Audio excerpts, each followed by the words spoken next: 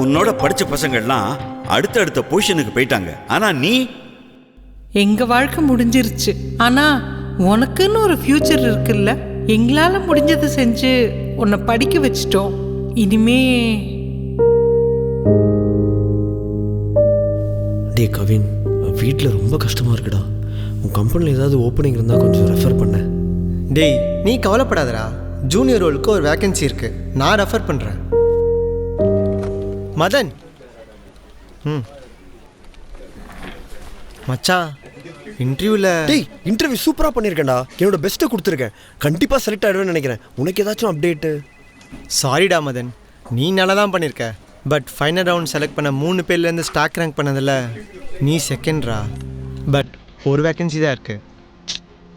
So எதுவும் ஓப் வச்சுக்காதேன்னு சொல்ல தான் வந்தேன், சரியா? டேய் இதுக்கேண்டா அவ்வளோ அப்செட்டாக ஃபீல் பண்ணுற? ஃப்ரீயாக விடு. இன்னும் 6 மாதத்தில் ஒரு வேக்கன்சி வரும், அப்போ ரீஅப்ளை பண்ணிக்கலாம், சரியா? இப்போ ஒரு மீட்டிங் இருக்குது, நான் கிளம்பணும். வந்துட்டு அப்புறமா ஃபோன் பண்ணி பேசுகிறேன், சரியா? ஃபீல் பண்ணாதடா. டே இன்டர்வியூவில் ஃபஸ்ட்டு வந்த கேண்டிடேட் யாரா? ரைட்டில் உட்காந்துருக்குல்ல அந்த பொண்ணு தான். சர்ரா, ஃப்ரீயாக விடு, சாப்பிட்டு போ, சரியா? பாய்.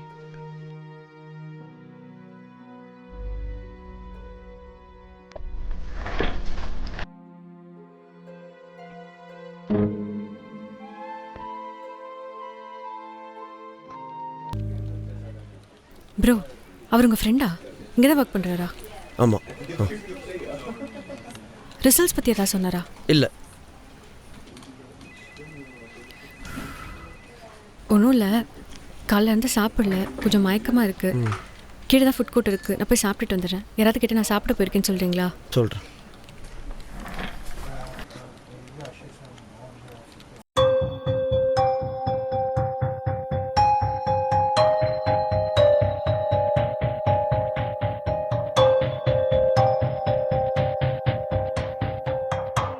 இங்கிருந்து இன்னொரு கேண்டிடேட் எங்கே போனாங்க தெரியுமா? அவங்க ரொம்ப பசிக்குதுன்னு கீழே சாப்பிட போயிருக்காங்க. ஓ ஓகே. அப்படின்னு யாராச்சும் கேட்டால் சொல்ல சொன்னாங்க.